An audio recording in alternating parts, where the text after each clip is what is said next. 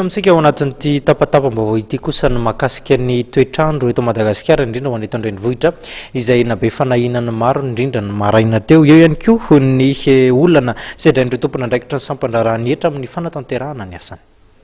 Raha ny vinavinan'ny sampan-draharahamantatra ny toetr'andro dia isy rivo-doza iforona ary mety hahakasika ny Madagasikara ny 20 martsa ho avy izao. Amin'izao aloha raha ny fantatra dia misy andeho andrahoana matevina amin'ny toetra ao amin'ny ranomasimbe indianina eo anelanelana antsiranana sy tomasina.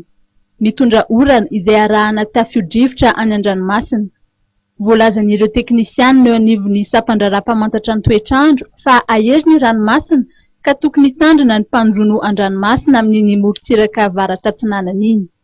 Etsy Antanety kosa mbola ho ratsy ny andro izany hoe orana arahana tafio-drivotra mahery amin'ny faritra antsiranana sy tomasina ary Antananarivo ao anatin'ny 20 ora.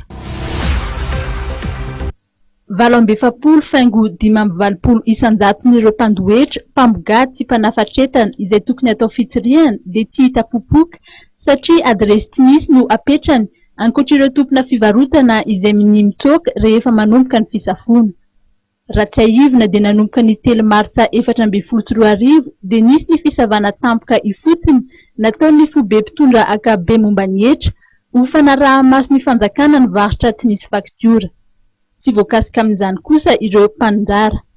Tamin'ireo mpivarotra ambogadiny sy mpanafatretana no jerena dia 220 faingo 4 isan-jato dia manatotosa varotra tsy misy faktiora. 220 faingo 220 isan-jato mividy entana tsy misy faktiora ary 5 faingo 570 isan-jato no manome faktiora tsy ara-dalàna. Ny 570 faingo 420 isan-jato n'ireo mpamogady eny-nosy be dia nanambara avokoa fa vonona ny hiara asa amin'ny fanjakana sy ny foben'ny hetra. Raha misy moa ny filana fanazavana dia misy ny laharana maitso ny fobe mpitondrana akabe momba ny hetra dia ny 8344 ahafahana manontany fanazavana sy miara-miasa.